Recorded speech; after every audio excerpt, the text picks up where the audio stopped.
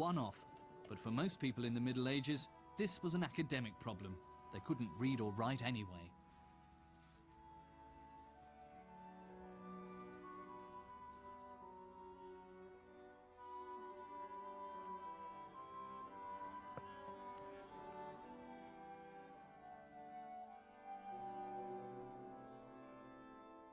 During the Middle Ages, books were written out by hand, mostly in monasteries.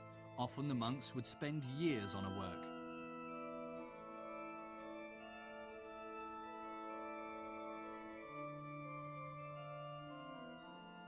Then, in 1450, an invention changed the world. In the German city of Mainz, Johannes Gutenberg invented the technique of printing with movable type. This made it possible to duplicate books in large numbers and at relatively low cost. The technological foundation was laid for the intellectual, political and religious changes of the succeeding centuries.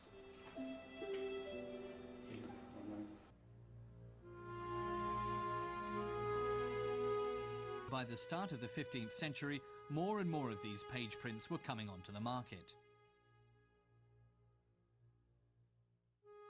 Occasionally, a number of pages were bound into a book.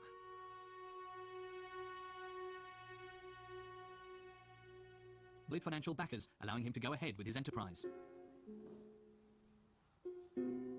His breakthrough came with a brilliant idea.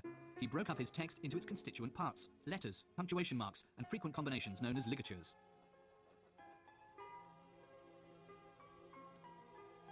These were then combined to form the blocks for printing words, lines, and pages. The characters were cast and could be used in new combinations time and again. A character is produced as follows. On the end of a metal rod, a mirror image of the letter is engraved.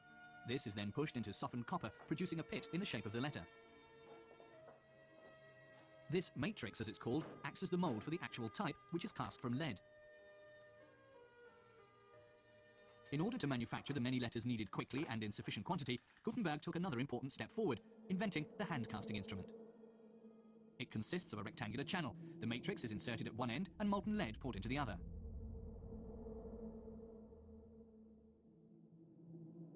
When the instrument is opened, a letter cast in lead is there, ready to be used.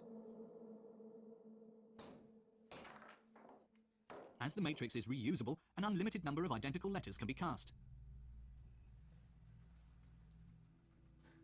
Finally, the typesetter can begin to combine the letters into lines.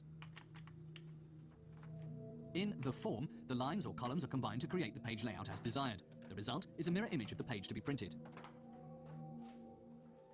The form is now inked in with printer's ink. Gutenberg used a mixture of lamp black varnish and egg white. Printing can now start. Gutenberg used a special press for this purpose, but he derived the principle from the traditional wine press.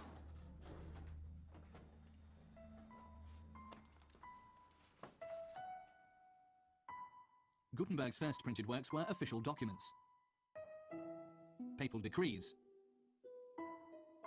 and grammars. But soon he started on a mammoth venture, the Latin Bible.